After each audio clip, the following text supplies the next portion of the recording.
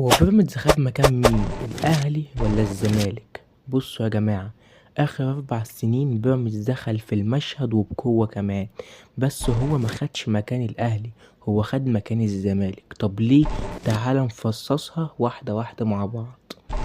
أولا، الأهلي ثابت وبياخد أفريقيا وبيوصل النهائي كل سنة تقريبا، وبياخد الدوري 2 و4، وبياخد سوبر وكمان إدارة ناجحة، ويعني الفريق الوحيد اللي لسه محافظ على مكانته. نيجي بقى للزمالك. الزمالك بقى يا سيدي هو اللي تراجع بشكل واضح من بعد ما كسب دوري 2021 2022.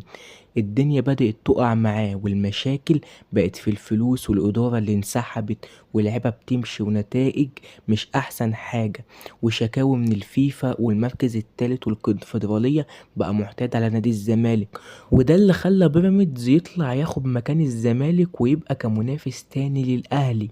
بيراميدز بقى يا سيدي بقى بيدخل افريقيا بدالك كل سنة، وكمان شفناه بيكسب افريقيا، وعنده استقرار مالي وده اللي مش عندك، وعنده استقرار على المدرب وده برضه اللي مش عندك، بيشتري نجوم تقيلة زي الشيبي ومايلي ومصطفى فتحي. لسه بيراميدز ناقصه حاجة واحدة، وهي روح الجمهور، وده الحاجة الوحيدة اللي الزمالك متفوق على بيراميدز فيها. يعني باختصار بيراميدز خد مكان الزمالك، والاهلي لسه فوق الكل، واللي بيحاول يلحق الاهلي هو بيراميدز.